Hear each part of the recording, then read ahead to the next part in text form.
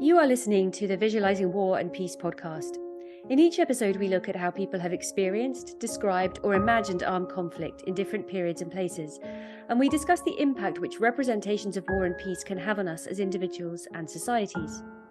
Hello, my name is Alice Koenig, and I direct the Visualising War and Peace project at the University of St Andrews. In 2023, with generous funding from the Imperial War Museum's 1418 Now Legacy Fund, we're going to be hosting 2 art exhibitions designed to explore one of the many legacies of conflict, forced migration. Artist Diana Forster has created a moving art installation for us, which traces the long journey taken by her mother as a young child, when she and her family were forcibly displaced from Poland during World War II to forced labour camps in Soviet Russia.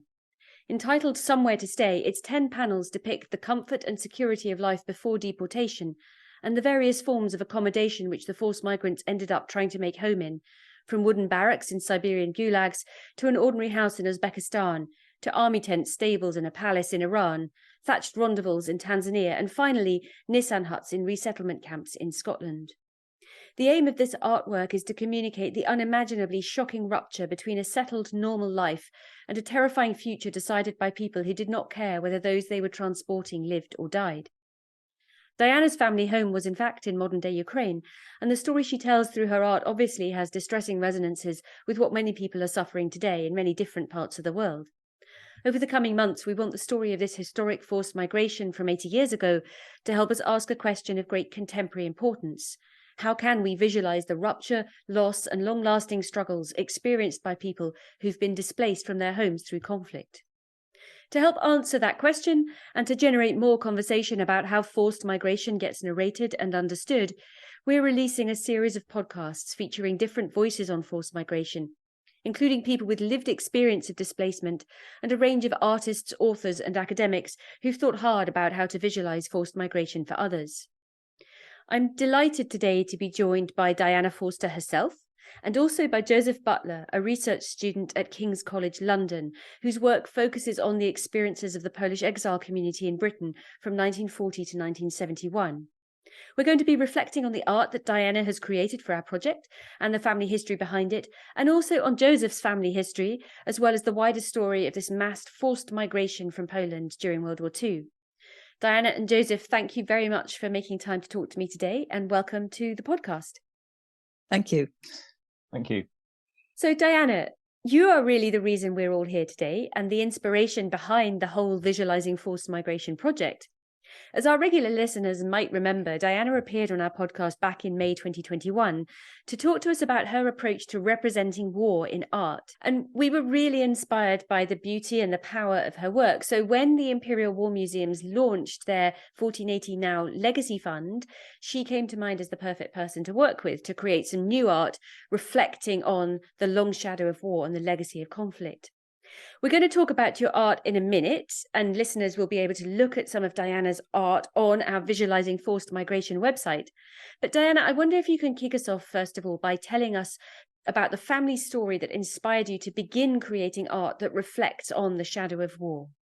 My mother grew up in a small village northeast of Lviv. She grew up on a small holding with just some animals, and they grew fruit trees and had crops, and they lived a simple but pleasant, comfortable enough life in the village, and I think enjoyed life really. That all changed in February 1940 when Stalin's troops invaded eastern Poland, and they arrived with lists of people that they were going to deport to Siberia and to the Arkhangelsk region of northern Russia.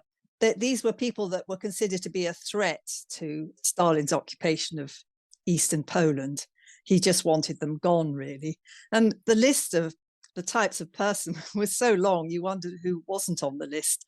But my grandfather was on it because he had fought with the Polish army against the Soviets in 1919 to 1921, the Polish-Soviet War. The Poles were victorious. And as a reward for this service, he was given this patch of land in the village, which was called Lashkov. And he settled there, married, and 7 children were born on this small holding. When the Russians arrived, it wasn't just my grandfather they were after. They deported the whole family.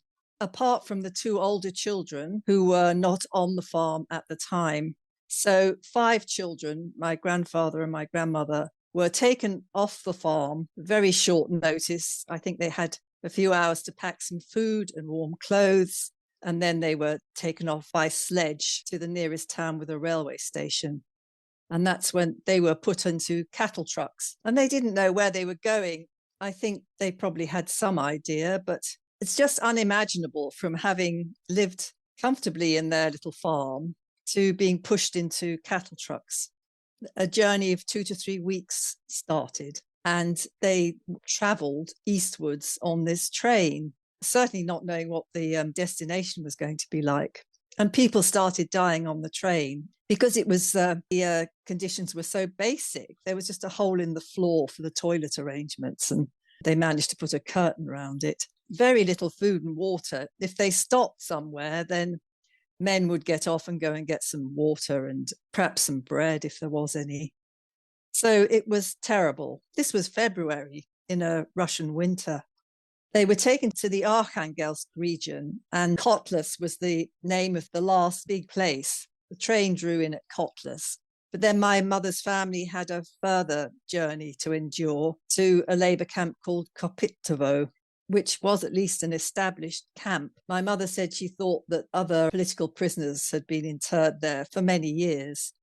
There were barracks, horrible log buildings that weren't at all comfortable, but at least they did have a roof.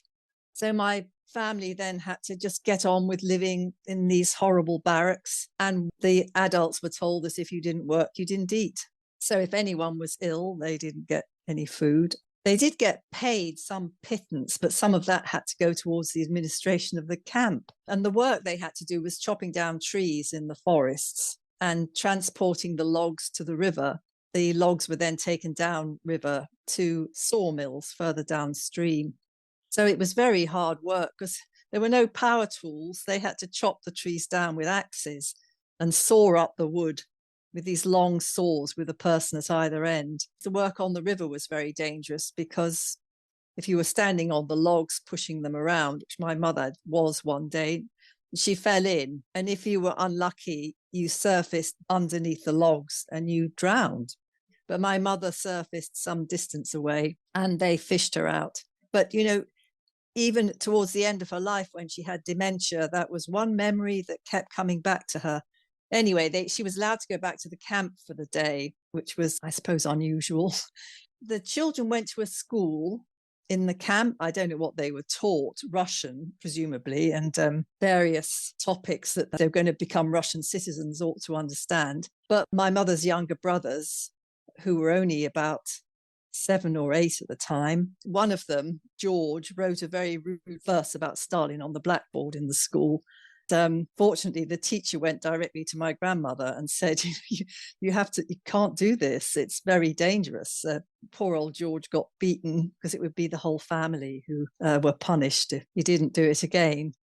They were in this camp for about 18 months because when Hitler decided to invade the whole of Poland, Stalin joined the Allies. And there was some negotiation to release these people who were held in labour camps. Diana, you just sketched a very vivid story there of your mother's displacement from her nice family home in eastern Poland, as it was then, to these very harsh conditions in Soviet labour camps where people were on starvation rations, illness was rife. And despite that, people had to work extremely hard labour jobs, dangerous jobs. Not surprisingly, many people didn't survive that. Josef, can I bring you in at this point? So Diana's just shared her mother's story with us, but it would be fantastic if you could help contextualise it a bit.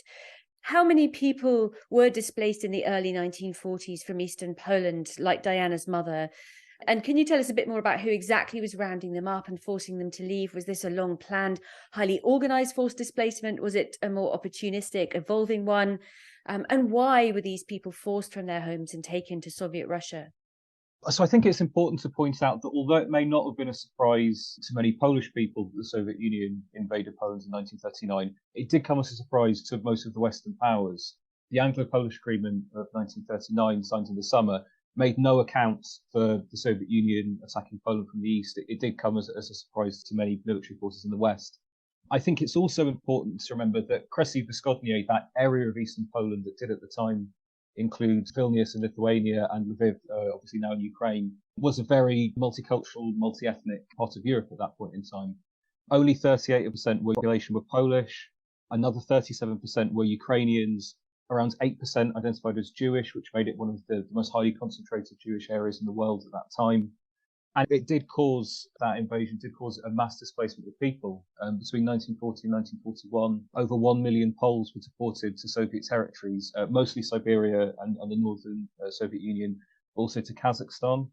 Around half didn't survive the time they spent in the Soviet Union. And as Diana sort of alluded to, dysentery was rife afterwards, and many more people lost their lives. It was coterminous to and also connected to the Katyn Forest massacre, wherein 22,000 Polish officers and members of the intelligentsia were killed by the NKVD. And this was obviously linked to what Diana's talked about, there was a deliberate policy taken by the Soviet Union to prevent future counter-revolution. Deportation was obviously part of that, but it wasn't the original plan. It only sort of became a policy after prisons in Kresy Wschodnie became so overcrowded that the NKVD and the Soviet forces needed to come up with a second plan. And it was sort of geared around preventing future counter-revolution at such a point when the Soviet Union had control of that area of Poland. In terms of how long this plan was germinating for, and I think Diana's kind of alluded to this already again, it's notable that many of the deported families self-identified as osadnicy, which in Polish means either settlers or colonists. And these are people who were given lands in Kresy Wschodnie as reward for their service in the Polish-Soviet War, which came into action directly after the First World War. So there was certainly an element of deep revenge can be interpreted out of the events that occurred in 1940 and 1941. Thank you, Josef. That's very important context there, which helps us understand the wider background to Diana's mother's deportation and displacement. Diana, you've painted a very clear picture of your mother's forced migration to Soviet Russia and the time she then spent in that labour camp. But that's not where her story or her journey ends, of course. As you mentioned earlier, when Hitler invaded Poland in 1939, Stalin reviewed his allegiances and changed sides, joining the Allies. And that resulted in him releasing most of the Polish detainees who'd been deported along with your mother. And the war then played a different kind of role in their onward journey because the men were recruited to fight. So can you explain a bit about what happened there and tell us about your mother's experience thereafter of moving from country to country after escaping from Soviet Russia? So General Anders was forming a Polish army in the south of the Soviet Union in Uzbekistan, setting up recruitment centers. So the people who were released from these labor camps had to make their own way south to these recruitment centers in Uzbekistan, where they joined what was becoming the Polish Second Corps. So that was another horrible long journey. They didn't know what the destination would be at all. And they were so weakened by their experiences in the labor camp. People were dying on the journey south. But eventually they reached Uzbekistan, and my grandfather and my uncle went to join the Polish Second Corps, and the others had to work. You know, if you wanted a roof over your head and some bread, you worked. So the things my mother did were picking cotton, which was a horrible task, apparently, because your fingers got so sore. A better job for her was feeding silkworms, because Uzbekistan is on the silk route. So that was one of her tasks. They were there for some months doing this while the army got organized. And then General Anders organized an evacuation westwards across the Caspian Sea into Iran. It was mainly for the Polish Second Corps army to get them into Iran and then into Palestine and Europe to fight against Hitler. But the families went with them. So that was how my grandmother and my mother and the two little boys managed to get across the Caspian Sea and into Iran. There was a sister, Zosha, who was too ill to leave the labor camp. They had to leave her behind in Russia. I mean, that must have been absolutely heartbreaking, because some of the other people still in the labor camp said, don't worry, we'll make sure she travels south. But Stalin decided to stop the release of these people. So my aunt got trapped behind. She wasn't found until 1956. They found her still alive and back in Poland by then, but she didn't know what had happened to the rest of the family. But once in Iran, life did begin to improve because they were looked after by the British Army and the Red Cross and the very hospitable Persians who brought them food. And unfortunately, many of them died once they got there, but the children were looked after. There were many orphans by this time because so many people had died. But Isfahan was identified as a place with a very good climate where the children could go to recover. My mother didn't go to Isfahan, I don't think. They continued the journey after a while. They were being moved down towards Karachi because by this time it was decided that these people couldn't stay in Iran. So the decision was taken that they would sit out the war in the British colonies down the east coast of Africa, but they had to get there. So journeys through mountains on trucks down to Karachi and then by boat down the East African coast to Mombasa and then to places like Uganda, Tanganyika, where they were housed in these mud huts, the rondavels. But at least they could settle there for quite a few years. And schools were built. My mother was in the largest camp, Tengeru in Tanganyika, and they built a farm and church and schools. There were 4,000 Polish people in this camp. It was very big. My mother wasn't there for very long because she got a job in Nairobi as a nanny, looking after the children of an English family. And slowly some of the other Polish people got jobs in Nairobi and other places and moved away from the camp. And that's when my mother met my father because he was a friend of this family and they got married.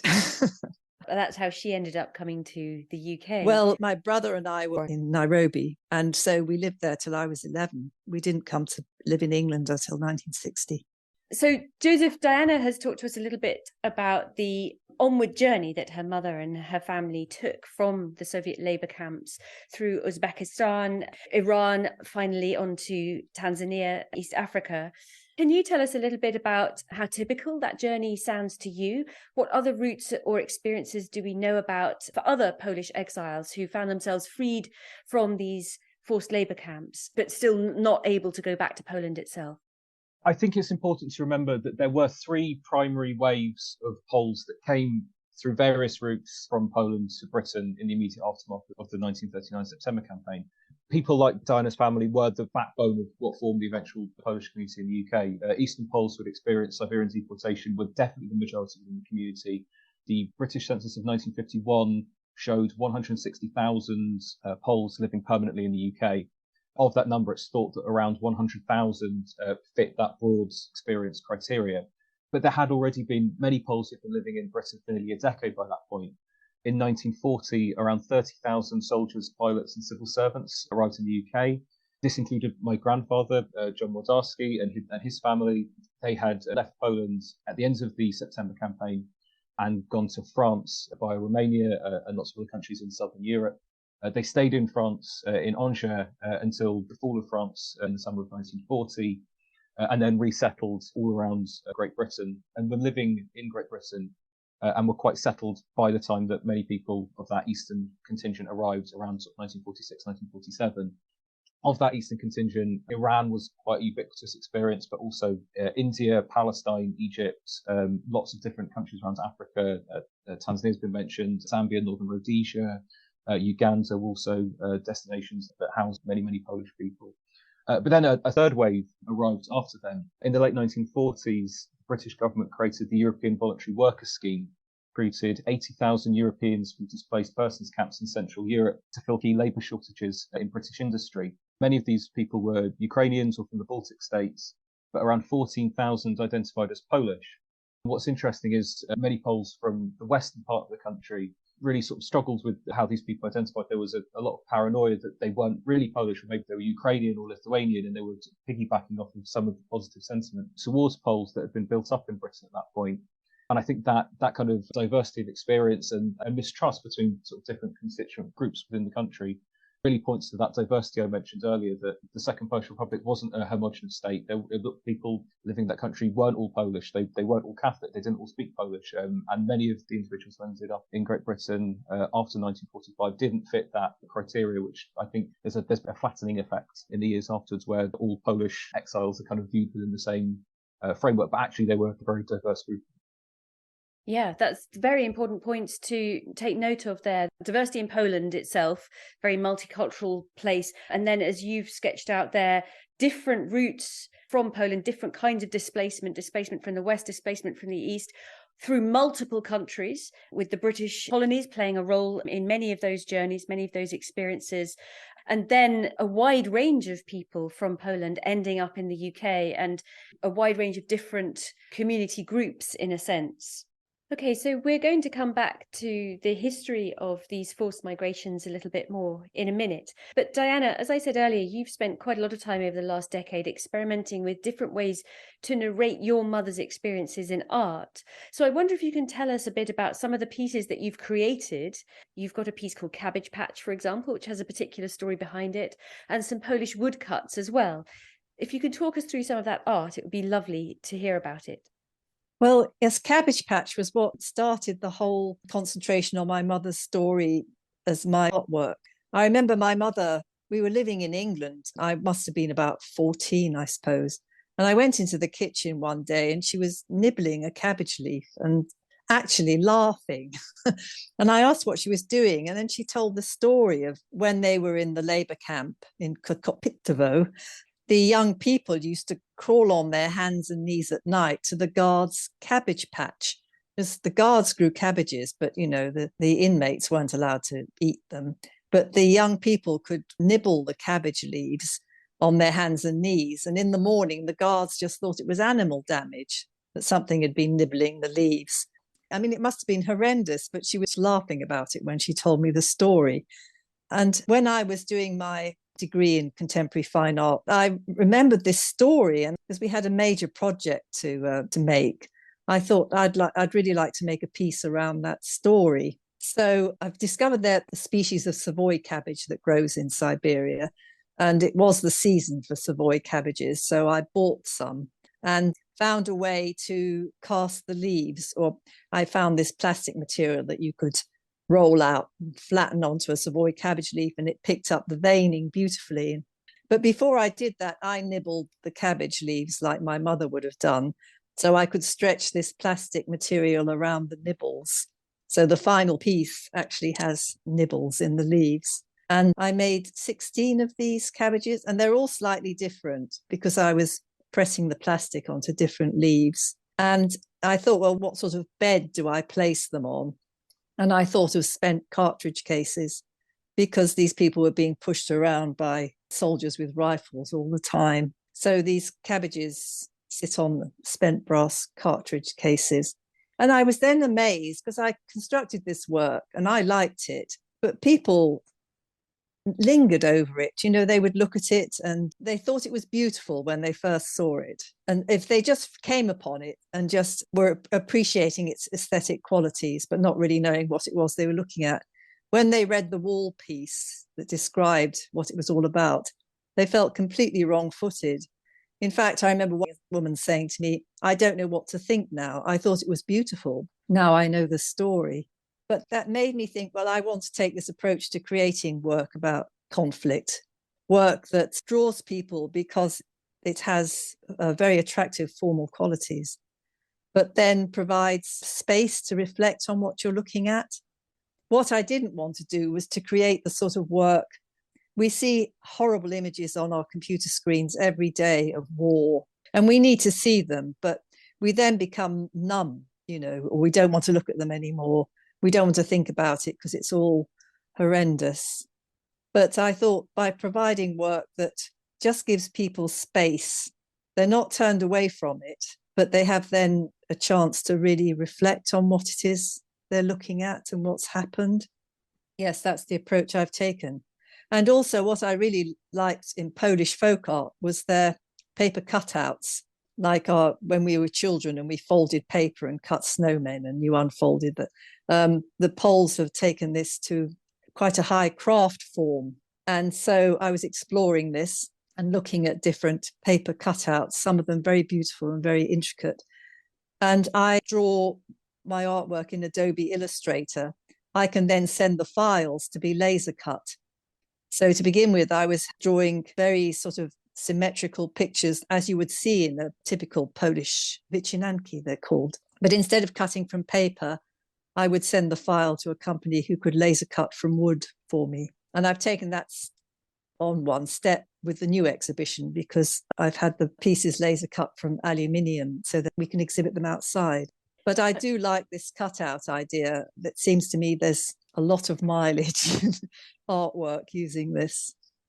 Absolutely. And we'll come on to the new artwork that you've created in a minute, but the wooden cutout artwork that you've created of scenes from the Siberian gulags, for example, quite sinister scenes in some ways, with watchtowers standing there as sort of people approach the camps. They're very beautiful in and of themselves, but the way you've exhibited them has had them lit from the front so that they then cast these rather sinister, even bigger shadows on the wall behind, really evoking the shadow of conflict, the shadow of war, and the menacing shadow of these forces that displaced and upended so many lives at this period in history. As I say, we'll come back to your new artwork in a second. But Josef, I just want to come back to you for a minute. So Diana's family ended up in the UK, as we've heard, and we'll talk a bit more about that later. But I am struck by the fact that they spent a fair amount of time in British territory overseas. And as you said, when you were talking about the different journeys that different members of the Polish exile community took, you mentioned India, you mentioned Egypt, Uganda, all sorts of places. And your research on Polish identity in exile has looked at this, has looked at what impact the time that people spent in British territory overseas had on Polish exiles' views of Britain itself and on their experience once they arrived in the UK. Can you tell us a bit about that, about Polish identity in exile and how it was mediated through the rapidly disintegrating British Empire? So to contextualise the journey that many Poles took, so as Diana has mentioned, the Polish Second Corps was formed in Uzbekistan in 1942 following the Sikorski-Bieski Pact. The men of fighting age who went on to fight in Monte Cassino in Italy alongside Wojtek the Bear, which is an interesting curio of the period, and the civilian independents all initially moved into Iran. In terms of numbers, over 116,000 Poles were evacuated from the Soviet territories to Persia, obviously now Iran. The men went on to Italy, but the civilian independents were placed all over the British Empire. 6,000 Polish orphans were sent to the western Indian provinces of Balakadi and Valivad. I hope I'm pronouncing those correctly. A further 6,400 refugees were sent to Uganda. A further 3,419 were sent to what was then called Northern Rhodesia, now called Zambia, and many more, including Tanzania, as Diana has mentioned. In terms of how this was organised, it was very much linked to British imperialism and British sort of occupation overseas. The reason why Iran was chosen as an immediate sort of launching point for Poles out of the Soviet Union was that Iran had just been in part assumed by the British military as part of Operation Countenance, and so the British military had a lot of influence over there. Refugee camps and orphanages were in part organised by British imperial officials. Lord Linlithgow, then the Viceroy of India, was influential in establishing orphanages, Polish civilians in India. Stuart Gore Brown, who was a First World War officer who's probably most famous for building an English-style country house and estate in Northern Rhodesia, also organised the 3,419 Poles who ended up making what became Zambia their home for many years in the mid-1940s. And it was in these kind of settings that many Poles first encountered what could be called Britishness. Many Poles in their oral or written testimonies mentioned singing God Save the King.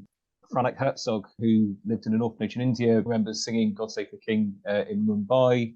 Michael Vartalski remembers singing it in an army choir. And I think different applications of the national anthem also demonstrate that diversity of experience. I think it's also important to think about how that idea of Britishness formed Polish ideas that became more resonant when they arrived in the imperial core. There's a lot of evidence to suggest that British officials discouraged relations between Polish refugees and local populations. In India in particular, this is referenced quite frequently, and perhaps with good reason from the British side. There's also a lot of testimony that suggests that there was a lot of support for Indian independence amongst Polish refugees and orphans that were staying in India at the time. But it was also in these places that Poles were first exposed to ideas of sort of white supremacy, which were sort of underpinned a lot of the British Empire. You start to get Poles sort of using language around racial hierarchy that perhaps takes on a greater resonance after the arrival of migrants from the British Commonwealth after the 1948 British Nationality Act. But I think really the most sort of tangible influence that this period has upon identity formation and community formation in Great Britain during the post-war period was the way in which British imperial officials either encouraged or allowed Poles to develop communities in very self-sufficient ways, particularly in African refugee camps. You have this idea of Małe Polski, or Little Polands, that formed, where refugee camps would have Polish priests would come over and teach in Polish schools. They would erect Polish chapels and deliver Polish sermons. Polish women would work in kitchens preparing Polish food from local ingredients. Older Polish men who were living in the refugee camps would act as sort of unofficial policemen, and they would exist very much separate from the local community. You even had instances where the lines of huts that Poles would stay in would be renamed things like Ulica Warszawa or Warsaw Street. And then when you have Polish resettlement camps being built around the UK in the late 1940s, these forms of community formation can also be seen in those settings. You have an Ulica Warszawa in camps in Africa, and you also have Ulica Warszawa in camps in Cheshire and in the West Country in the UK. And this freedom, for better or worse, that was given to Poles by British imperial officials is very different to how Polish refugees were treated in other parts of the world, particularly in New Zealand.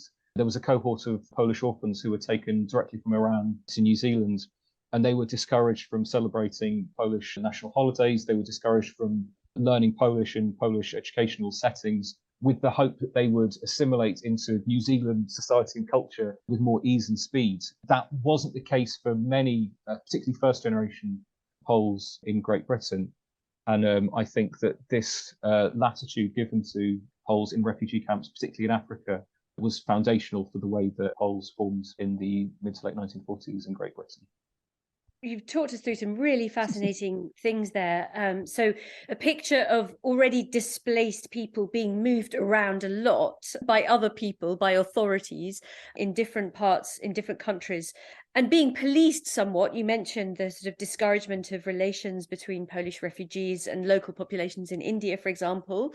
So a certain amount of policing of behavior, but also this encouragement or this space for Polish culture itself to flourish. And I wonder, do we know why? What's the reason that British authorities took such a different view, for example, from New Zealand authorities, and really encouraged Polish communities to think of themselves as Polish communities, and not as integrating with British life or British customs or British values, as much as some of that did obviously happen with the singing of the British national anthem and so on? It's a very interesting question. Some historians have made quite a lot of hay of the idea that during the Second World War, British identity was very much constructed in opposition to identity in parts of Europe where fascism thrived. And this idea that Britain was a country that celebrated freedom and tolerance and multiculturalism, and that is an underpinning factor in how Poles were treated or dealt with. I think perhaps that trades too much in a slightly misty-eyed view on what British identity is and has been. A more popular viewpoint, I think, has more credence to it, is that Britain didn't really have any experience of dealing with mass migration at the point when Poles arrived en masse in the mid-1940s. The Polish Resettlement Act of 1947 has latterly been recast as Britain's first piece of mass migration legislation. And I think when you compare the Polish community in Great Britain to previous Polish communities in America, there was no culture of how to handle assimilation or dual identity. It was, you are one thing or you are another. And I personally believe that it was more to do with a mixture of naivety and nonchalance on the part of British officials that dynamic became so prevalent for so many Poles. Yeah, and it's really important to take us back in time to an era where, ideas around dual nationality were relatively new, and this being an issue that perhaps people in Britain were wrestling with for the first time. You mentioned earlier that members of the Polish refugee community perhaps sometimes absorbed wider attitudes connected to white supremacy, racial hierarchy. And that does get me wanting to know a little bit more about different attitudes to different groups of migrants in Britain in the 1950s and onwards. So you've mentioned the Polish Resettlement Act of 1947, then there's the British Nationality Act of 1948. But of course, we're on the cusp of the Windrush generation as well. So it's on HMT Empire Windrush in 1948 that we get the first large numbers of people from the Caribbean arriving. So could you help us understand this mass migration of Polish people into Britain in the wider context of other fairly mass migrations that were taking place at the time? Yeah, so there has been an increased move, particularly on the British side of the historiography in recent years, to include Poles within the Windrush generation. Claire Wills, in her 2017 book Lovers and Strangers, overtly includes Poles as part of the Windrush generation. I think there are positive and negative results of that move. But I think it is important to remember that, at least from the British perspective, the shared motivation behind all of this migration was the need to rebuild the post-war economy. There's a quote attributed to the Cabinet Foreign Labour Committee in 1946 that reads, "Our primary need is no doubt for unskilled workers for the unattractive industries. We should turn our attention to utilising bodies of foreign labour." When we think about the Polish Resettlement Act, which, as I say, has latterly been framed as the first piece of modern British mass migration law, it's often articulated as doing right by Polish allies. But when we look at how the Act was designed and enacted, it was really focused on rapidly integrating former servicemen into the labour force. It's actually a really interesting law.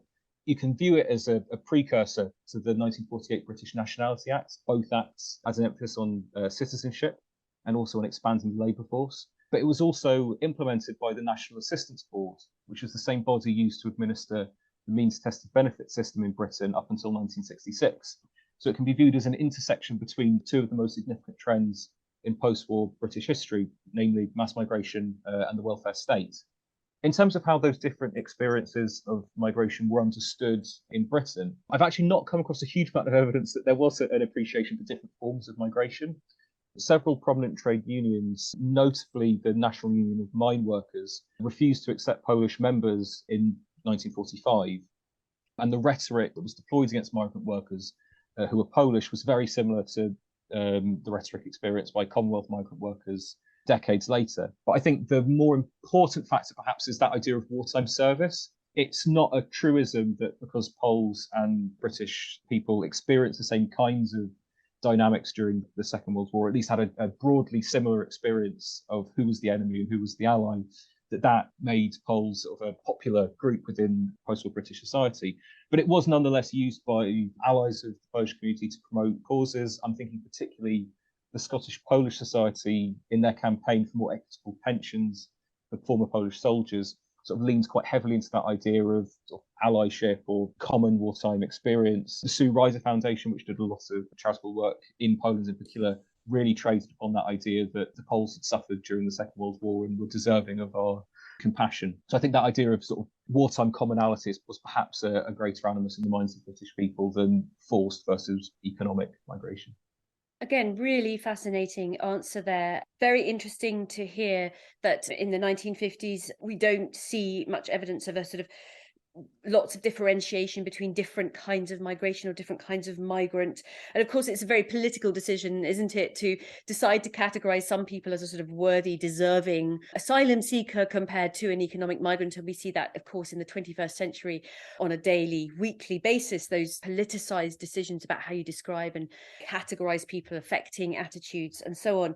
But I'm very interested also in what you say about the way in which wartime service and commonality of wartime experience might at times have been promoted or amplified to shape attitudes and shape inclusivity. And we've got a podcast coming up in a few weeks' time that looks at ancient migration and mobility. And in the ancient world, there is a very strong sense of reciprocity and hospitality.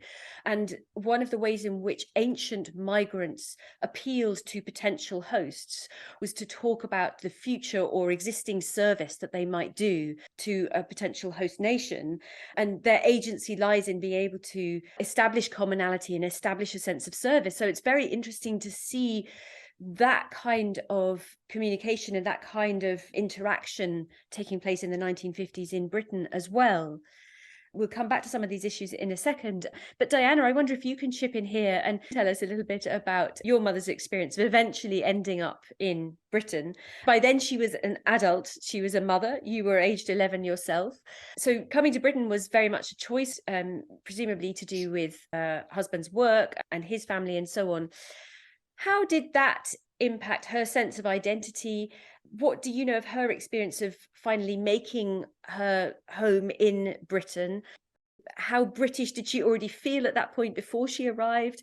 And what was it like for her adjusting to yet another country as part of this very, very long journey of migration that started when she was a child from Poland?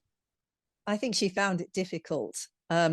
She tried very hard to be British. Although my father had tried to learn Polish when they first got together in Nairobi, and they used to go to the Polish club, I think he gave up.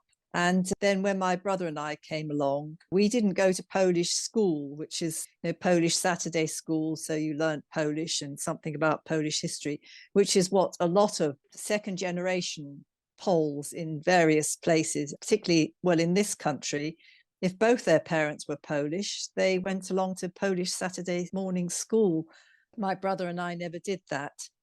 So my mother, I think she just tried to fit in. And so she would do an English Christmas. And the one thing that was good when she arrived here, her mother and the two younger brothers were living in England. The older brother, who had fought with the Polish Second Corps at Monte Cassino and survived, he went to live in Tasmania. But the two younger boys and my grandmother settled in Bradford, where there is another very large Polish population. They'd missed so much schooling that they learned trades and actually had quite successful lives, as one was a carpenter and one was a plumber. So my mother had family here, some family, and my father's family, who were all much older. My father was much older than my mother, so there was that problem as well. But I do remember she got involved with a lot of voluntary work.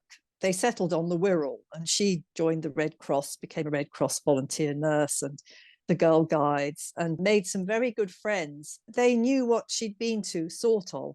She couldn't really talk about it very much. It was very distressing for her, but they were wonderful. They were very good friends to her. But I do remember there was some discussion about her becoming the guide captain of the company. And someone was heard to say, I don't think we want a Polish woman as our guide captain. I said, who is this?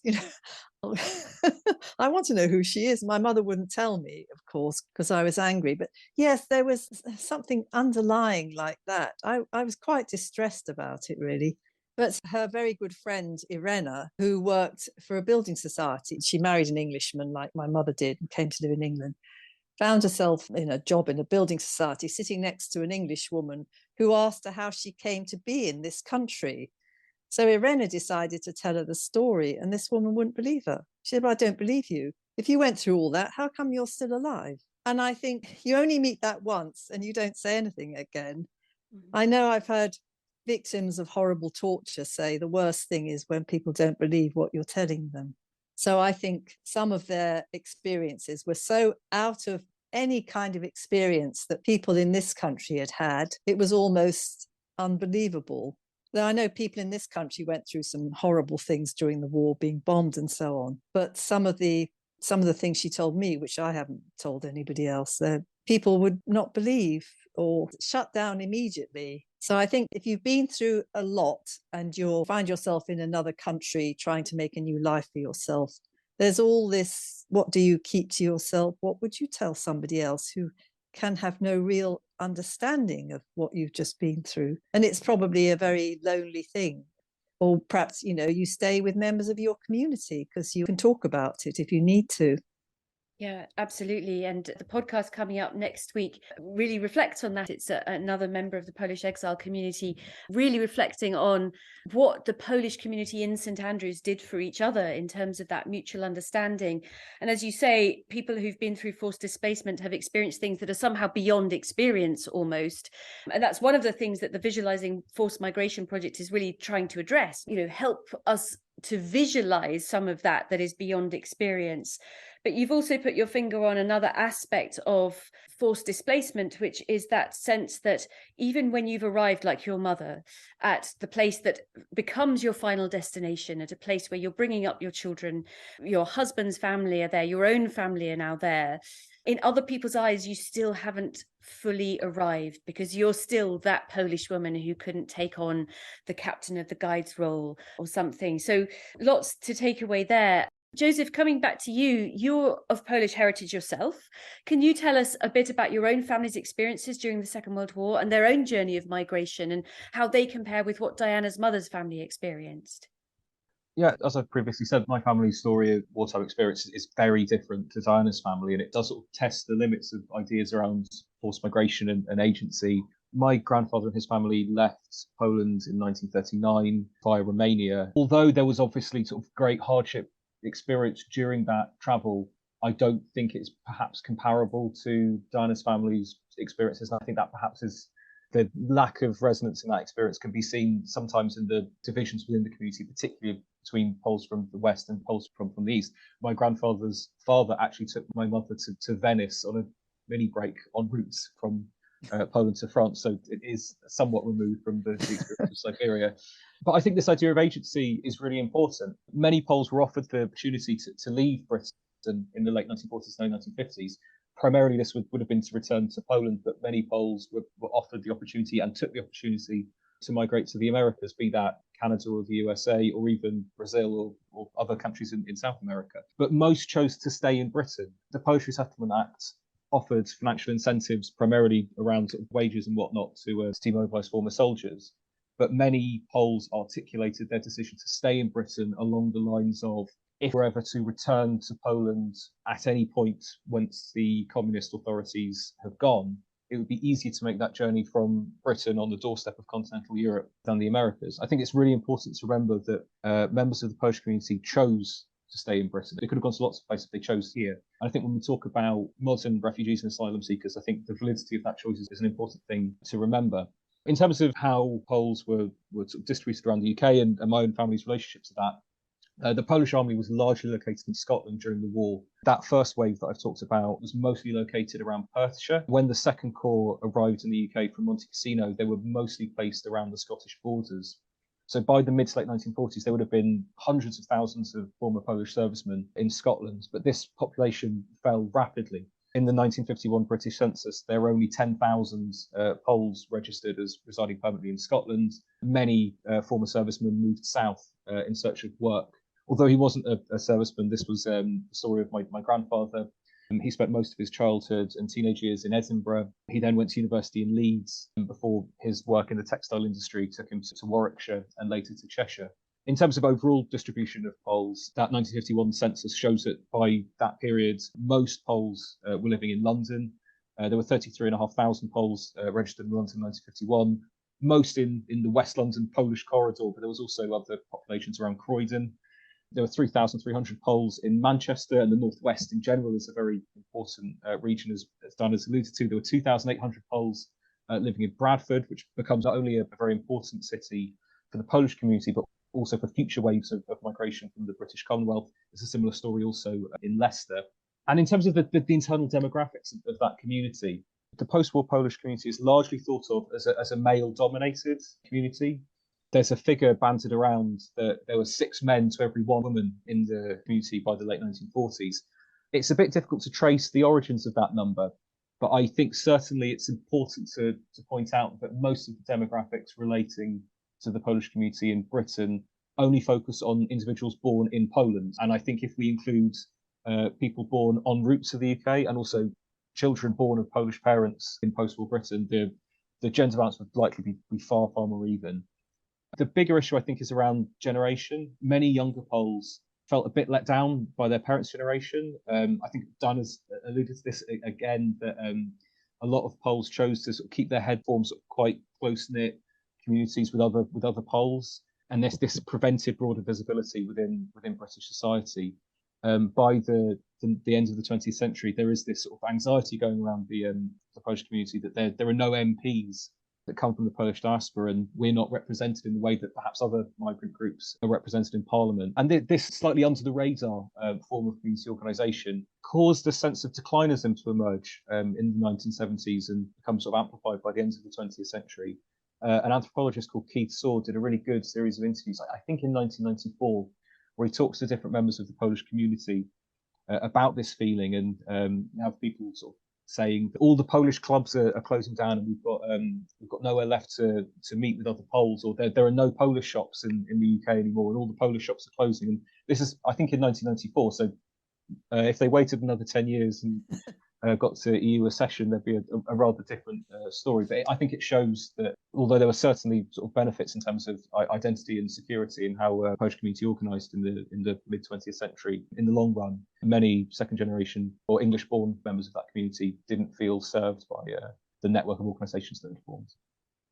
Yeah, really interesting there, that sense of communities within a wider community and the many different sort of second order consequences of an initial forced displacement that took place in 1940 that sort of ripple on and on and on and shape people's lives and shape people's sense of identity.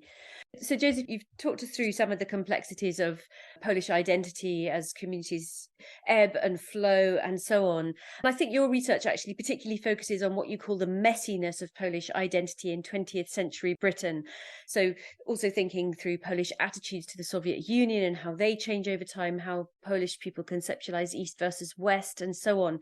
Can you just tell us a little bit more about that messiness, as you put it? Yeah, I think some of the previous work that's been done into the Polish community in post-war Britain does tend to reflect the experiences of a loud minority within the community, for want of a less clunky phrase. They really do emphasise the binary nature of you are Polish or you are British, and how removed people who feel Polish were from British society. There's an academic who works on the Polish community in Scotland called Thomas Sajalski-Kernberg, and he has this idea of alternative society, which refers to this network of Polish organisations that sort of work to preserve Polish identity in exile and resist perceived assimilative tendencies of the British people and government.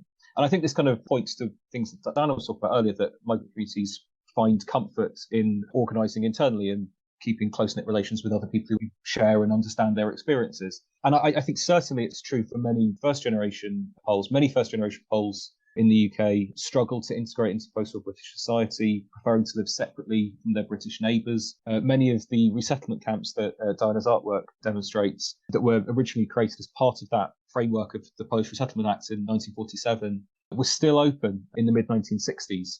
Spartan facilities that were only ever intended to be temporary accommodation were still open nearly 20 years later and still housing dozens of Polish families.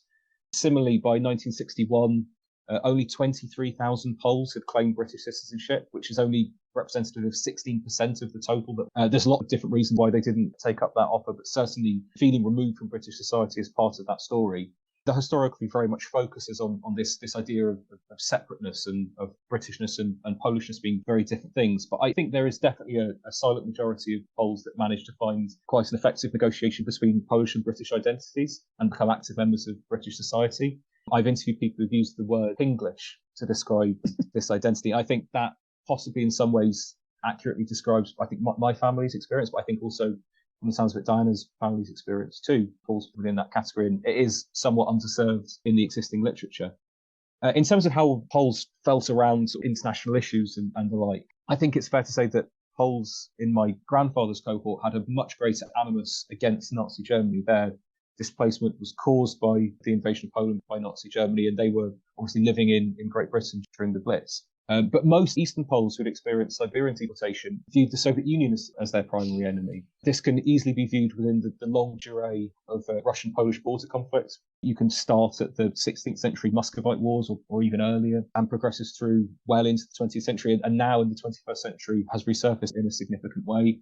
I think this dynamic, you can easily look on the Soviet Union as an extension of that kind of long-term aggression, which goes back to the 16th century. But the particularities of that Second World War experience, I think, made integration very complex for Eastern Poles, who were largely sort of animated by this sort of anti-communist feeling, which brought a lot of the community together. The Polish community in general were demonised in the left-wing press in this country. There are stories about the Katyn massacre being a hoax. There were stories about Poland actually being responsible for starting the Second World War by provoking Ukrainians. All of these things were not uncommon narratives to come across in certainly late, but mid to late 1940s Britain. And in terms of how Poles viewed themselves relative to Russia, I think it's interesting that most members, at least of the first generation of Poles in this country, viewed themselves as being Western. And they were very frustrated when the British public and media discussed Poland as being part of an Eastern Bloc. For them, the West was coded as civilized, as Christian, and as modern, and the East was coded as orthodox or even non-religious, as backwards or as uncivilized. And this way of thinking goes back to, again, the longue durée of the Polish history. The Polish-Lithuanian Commonwealth was largely organised along those assumptions. And during the war, this idea was very easily imposed on the Soviet Union. You could look at the Soviet Union as being sort of fundamentally in opposite to Christianity, to sort of scientific progress, to modernity, to civility. And I think that the Siberian experience certainly sort of hardened a lot of those views. So you've got this kind of Eastern-Western horizontal axis of thinking that's popular, certainly in interwar Poland and in wartime Poland. But I think what's really interesting is as the 20th century progresses, this way of thinking, this axis, it flips and it becomes vertical. And you come across testimonies of Poles from the Northwest who complain about how their organizations are underfunded relative to organizations in the south of the country where funding is higher and the Polish community leaders live in lives of luxury. You have Poles who live in London who talk sort of very disparagingly about Poles from the Northwest or the Midlands who have picked up regional accents. And there's a sort of a very British ways around thinking about geography and social class become popular ideas in the community. I think that in and of itself is sort of evidence of the influence of British culture, society, British ways of thinking upon how identity forms in the community. Yeah, cultural biases and so on, and being easily repurposed depending on where you are on any particular axis. So, Diana, Josef has just mentioned some of the resonances between this historic forced migration in Ukraine, and that brings us up to the present day a little bit more and to your new art commission, which is designed, of course, not just to evoke your mother's journey, but to get us thinking about what anyone goes through when forcibly displaced. So can you very briefly describe your new piece of art for our listeners? Just walk us through the art itself and the issues that you hope it will raise. When I started thinking about this commission, I was thinking about all the different kinds of accommodation, shelter that people who are just being pushed around by other people just have to stay in. They have no choice. This is where you will stay. And so all my research about the sorts of places my mother told me and her friends told me about the different kinds of places they stayed in. So I decided I wanted to make that the artwork, that I would create 10 panels, laser cut from aluminium, each one showing a kind of accommodation, starting with their modest little house in Poland, which was small. How they coped with 7 children, I don't know, but it was a nice little house. I went back to the village where my mother was born with my mother. This was when the Soviet Union opened up Ukraine. You could go to Ukraine. And I saw some very similar houses. Her house had gone, but, similar houses. And then, they were forced out of that and into these dreadful barracks in the Gulag, which were just made from logs. My mother said the gaps between the logs were filled with moss and so on. And all sorts of bugs used to live in this and crawl out. Oh, it was just awful. And then when they were allowed to leave the Gulag, the journey south, they just had to sleep where they could. She didn't talk much about that actual journey. She got very ill on it, nearly died. But she did talk about the Uzbekistan family she stayed with when she was feeding the silkworms, the clay house. In fact, most of the houses just looked like square boxes. So when I had to make a panel, I did sort of choose a rather nicer clay house than perhaps one my mother would have stayed in. But at least that was shelter. It sounds as if the Uzbeks were very friendly. My mother said the lady who owned the silkworms she was feeding liked my mother very much and hoped she'd stay. But then, yes, the move on from the clay house in Uzbekistan across the Caspian Sea to Iran, where it was just British Army tents for a while, living in tents, except the children who went to Isfahan were, some of them accommodated in palaces. The very generous Persians opened up some wonderful homes for them. But I remember my mother at one point was sleeping in a warehouse. I tried to find a picture of she called it a go down. I couldn't find any visual reference, but that's where she met this friend, Irena. They found themselves sleeping next to each other on the floor of the warehouse, and they became friends for life. They both ended up in Kenya. And yes, some people were in stables. So they were very good stables for the horses. The horses had long gone, but that's where the refugees had to sleep.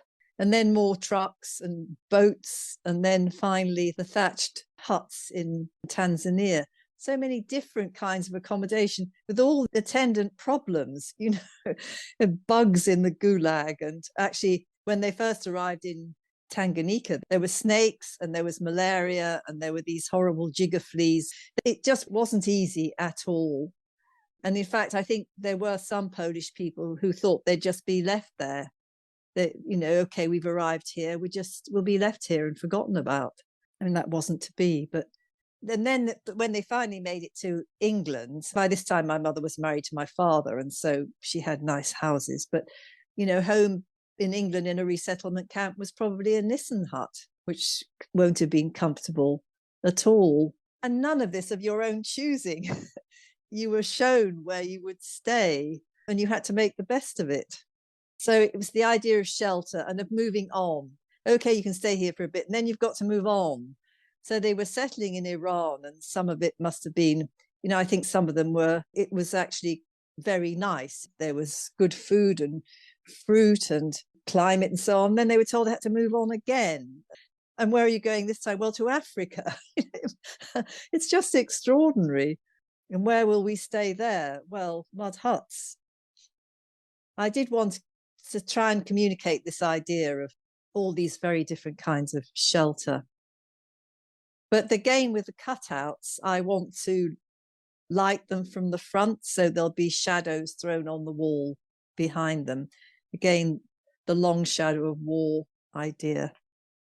So a mix of shelter and journey in these 10 storytelling panels that you've got that take us from the house in Poland all the way through to Scotland. The final panel actually is a cemetery in Siberia, staying forever, a reminder that some people didn't complete the journey that your mother completed to a new life in the UK, but were left behind either in Siberia or in Iran or elsewhere on the way. But this sense of all these different kinds of accommodation that they had no choice over, that they were sent to by other people who were sort of pushing them around almost, on a chessboard, sometimes with their best interests at heart and sometimes very much not so. Josef, you've seen some of the drawings of Diana's work. It would be really interesting to hear what you think about it and what impact you think it might have on visitors, and also just how well known you think this story is in the UK and what Diana's artwork might do to help communicate it. It must be said, I'm no expert at analysing visual sources. I work mainly with written and oral testimonies. But what I did see quite clearly is themes and ideas that were articulated in those testimonies shown through the artwork. I think one thing in particular that struck me was how much more vibrant the artwork related to the time spent in Africa and Asia was when compared to Britain. And I think that really nicely mirrors this sort of slightly underwhelming feeling that a lot of Poles had upon arriving in Britain. They'd spent time in the British imperial periphery and then arrived in the heartlands and thought, well, is this it? I think it must also be said that there's a lot of good feeling in those oral and written testimonies towards places like India and Uganda and northern Rhodesia. And a lot of that is grounded in simply that it isn't Siberia, and the Siberian experience was so dire that anything would be better.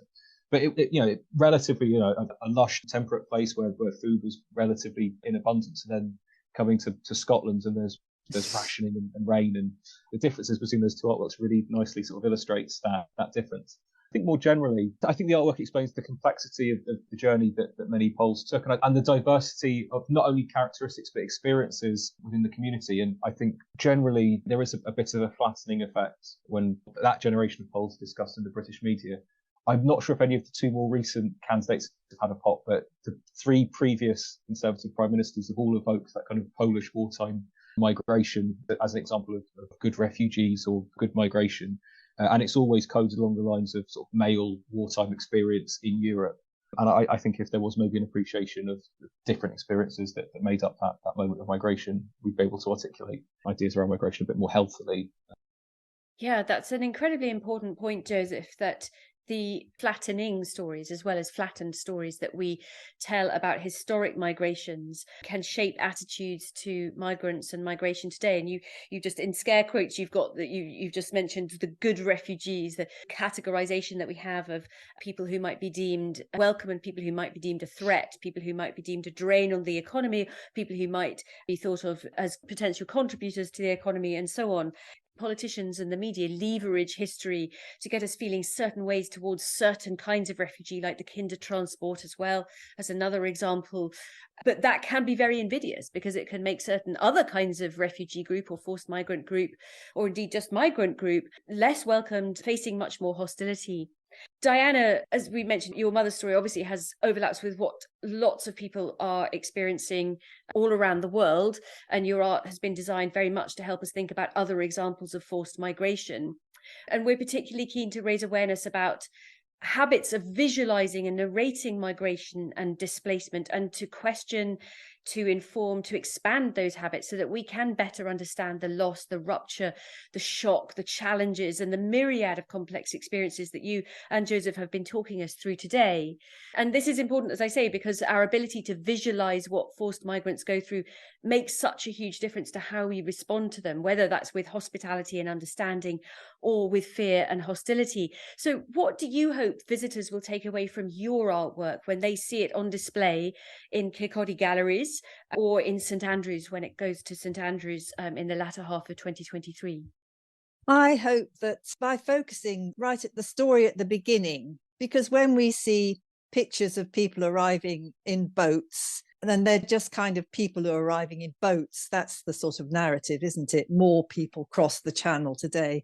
But these people all had houses and lives, and their children went to school, and they had settled existences. When you think about, the people who are arriving from Syria and Afghanistan, they all had these, at one point, just a normal life. And we forget that, and we just now see them as people arriving on our shores, forgetting that they're like us, all these things that for us are normal, they had them too. They're not some weird species. They're just people like us who, for one reason or another, have had to leave their homes and try and set up somewhere else with all the problems that they're going to face. So, yes, I would like people to, when they look at the first two panels, the one I didn't mention, the happy one that's based on a beautiful paper cut by a very good artist, of just a happy, joyful, modest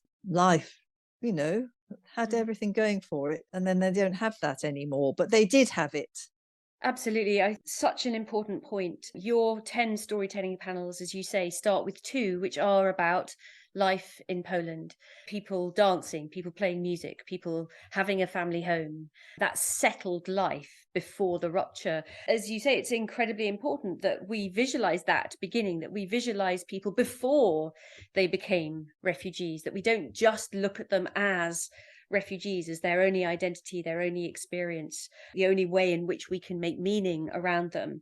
And that is definitely one of the things that I think your art will do, because obviously there's then this shock and this rupture to the third panel in your series of 10, which immediately places them on a train, taking them to the Siberian Gulag.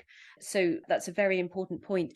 Joseph, a final question to you, if I may. What has your research taught you about how we do or should visualize forced migration?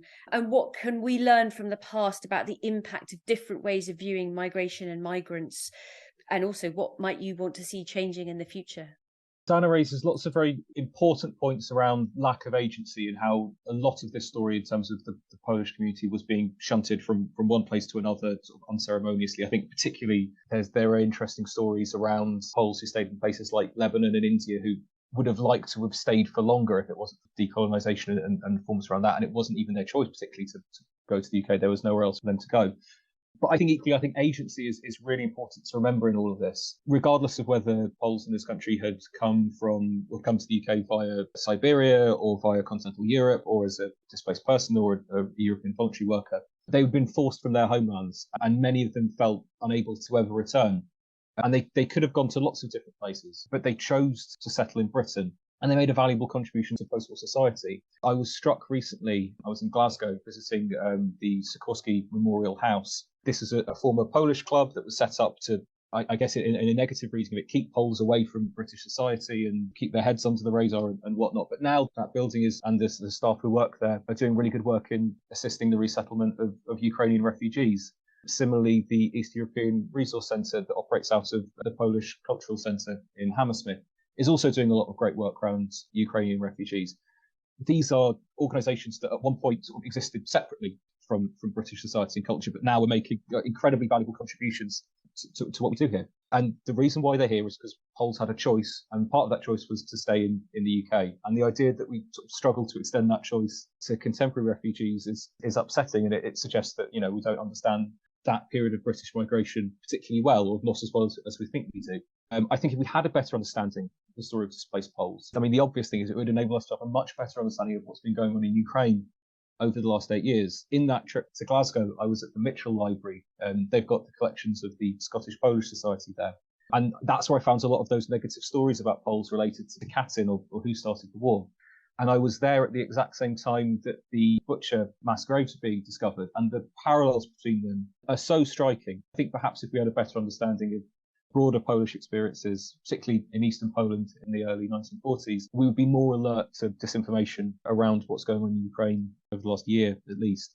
And yet, the Polish community in post-war Britain were messy. For a lot of Poles, integration was difficult. Priorities for a lot of the members of the community didn't align with the priorities of British society at large.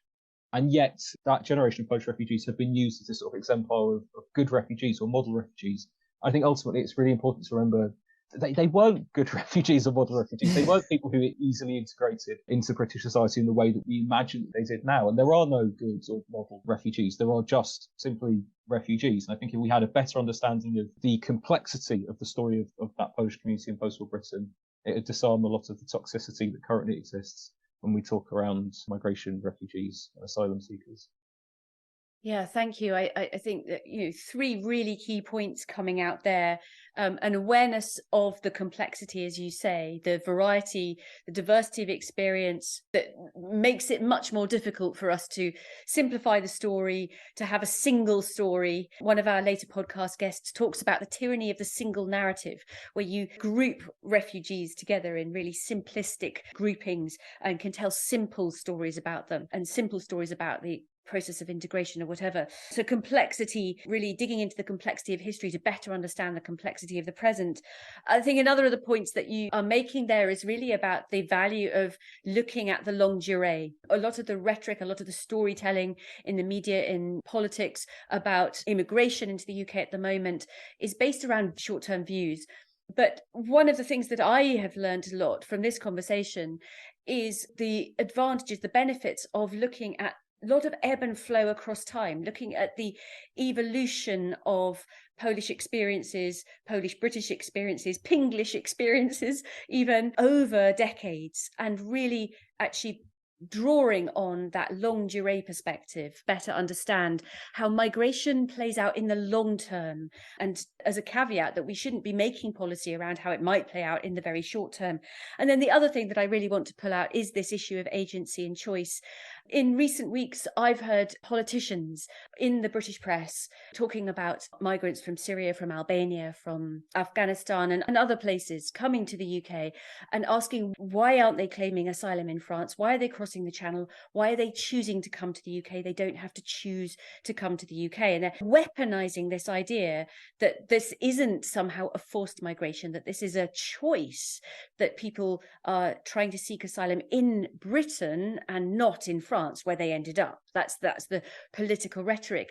And it's implying that refugees should not have a choice, that migrants should not have a choice, but actually celebrating that choice, celebrating the decision that people like Diana's mother's family ultimately made to settle in the UK and that celebrating the contribution that they then make to British society can turn that whole rhetoric and that whole debate around. And there are complex ways of thinking about agency and choice in the context of forced migration, because of course there's so much lack of choice and lack of agency as well. But celebrating that choice and validating that choice and the right to choose is a very important part of visualizing forced migration. So Diana and Josef, thank you so much for the conversation today. You've got me thinking in lots of new ways about this very particular historic forced migration, about mass migrations to Britain more generally, and about forced migration as a whole. And I'm really grateful to you for that conversation and for taking time to talk to me. Thank you to Josef. I found that fascinating. Until recently, everything I heard was very anecdotal. It was from my mother or my mother's friends or from people's memoirs. The academic work that's been done is absolutely fascinating. So thank you very much. Thank you also to you, our listeners, for joining us again. Do keep tuning into our podcast. As I said at the start, we have a series of episodes coming out exploring different aspects of how we visualize forced migration with a wide range of guests as part of our wider work on war and its aftermath. You can find out more by visiting our Visualising Forced Migration website, and you can also look at some of the images of Diana's art on that website and learn more about her family story and about Polish exile history more generally. And our website also features a range of stories and testimonies about more recent forced migrations with contributions from a very wide range of people, including Ukrainians. Diana's artwork will be on display at Kirkcaldy Galleries from the 4th of February to May the 14th, 2023. And it will then be on display in St Andrews from the end of May until the end of November. And we do hope that some of you are able to visit it in person. As I say, for those of you who cannot, do look at the images on our website, but we also will be providing a virtual tour there in due course. If you have any questions or want to contribute to our ongoing discussions about how we narrate and understand forced migration, please do get in touch. You can follow us on social media, just search for Visualising War, or contact us directly by emailing us at viswar@standrews.ac.uk. We look forward to hearing from you. Our theme music was composed by Jonathan Young. The show was mixed by Zafir Gertin. Thank you for listening.